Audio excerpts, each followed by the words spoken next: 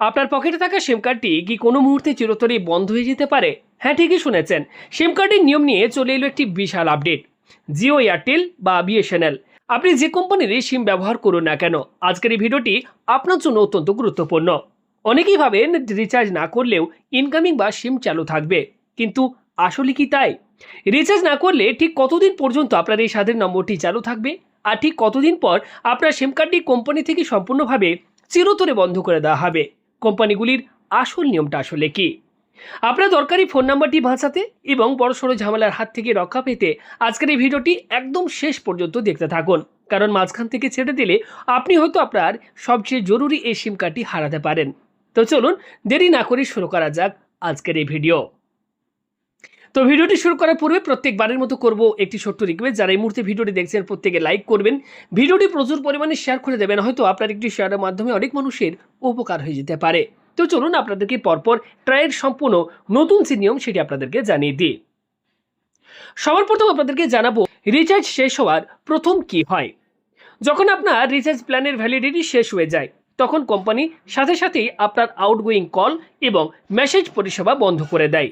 এর ঠিক 7 থেকে 15 দিন পর আপনার ইনকামিং কল আসাও সম্পূর্ণ বন্ধ হয়ে যায়। তবে এটি কোম্পানি নিয়ম অনুযায়ী আলাদা হয়। এই সময় আপনার সিমটি শুধুমাত্র নেটওয়ার্ক সিগন্যাল দেখায়, কিন্তু ইনকামিং বা আউটগোয়িং কোনো কাজই কিন্তু করে না। এবার আসি প্রায় 90 দিনের যে নিয়ম সেই ব্যাপারে। অনেকেই ভাবেন ইনকামিং কল বন্ধ হয়ে যাওয়া মানে সিম কার্ড বাতিল, কিন্তু না। ট্রায়ের নিয়ম অনুযায়ী কোনো সিম কার্ডে যদি টানা 90 দিন অর্থাৎ প্রায় 3 মাস কোনো অ্যাক্টিভেট না থাকে, অর্থাৎ কোনো কল, মেসেজ, ইন্টারনেট ব্যবহার না হয়, তবেই টেলিকম কোম্পানি সেই সিম কার্ডটিকে ডিঅ্যাক্টিভেট বা নিষ্ক্রিয় করার প্রক্রিয়া শুরু করতে পারে। শুধু তাই নয়, এখানে একটি অত্যন্ত গুরুত্বপূর্ণ নিয়মও কিন্তু রয়েছে।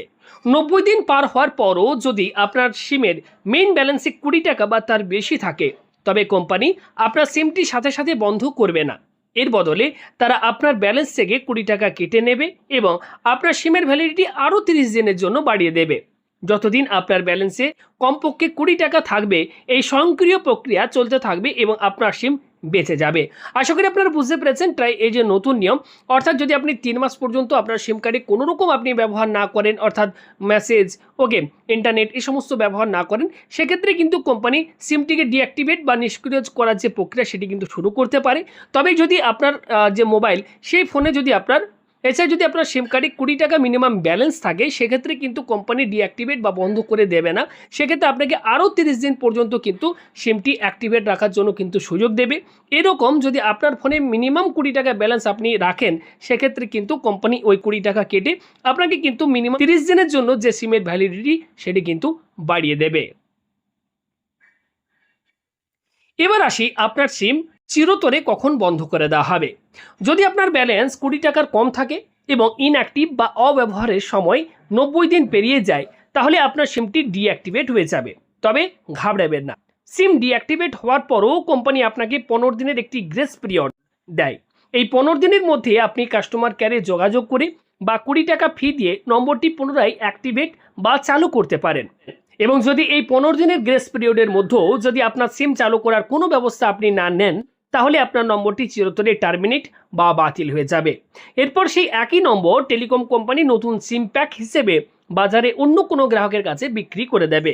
আর একবার অন্য কারো নামে সিম চালু হয়ে গেলে আপনি হাজারো চেষ্টা করেও পুরনো নম্বরটি আর ফেরত পাবেন না।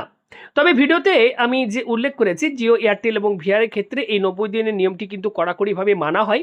তবে বিএসএনএল ক্ষেত্রে এই সময়সীমা অনেক বেশি, তারা প্রায় 180 দিন পর্যন্ত কিন্তু সিম চালু রাখে। আশা করি আজকের এই ভিডিওটি থেকে আপনারা সম্পূর্ণ ক্লিয়ার হয়ে গিয়েছেন যে ঠিক কতদিন রিচার্জ না করলে সিম বন্ধ হয়ে যায়। তাই দরকারি নম্বরটি বাঁচাতে সময় মতো রিচার্জ করে রাখুন। ভিডিওটি ইনফরমেটিভ মনে হলে একটি লাইক দিন, বন্ধুদের সাথে শেয়ার করে তাদেরকেও সতর্ক করুন এবং এমনই সব দরকারি আপডেট সবার আগে পেতে চ্যানেলটি সাবস্ক্রাইব করে আমাদের সাথেই থাকুন। দেখা হচ্ছে পরের ভিডিওতে। ভালো থাকবেন, ধন্যবাদ।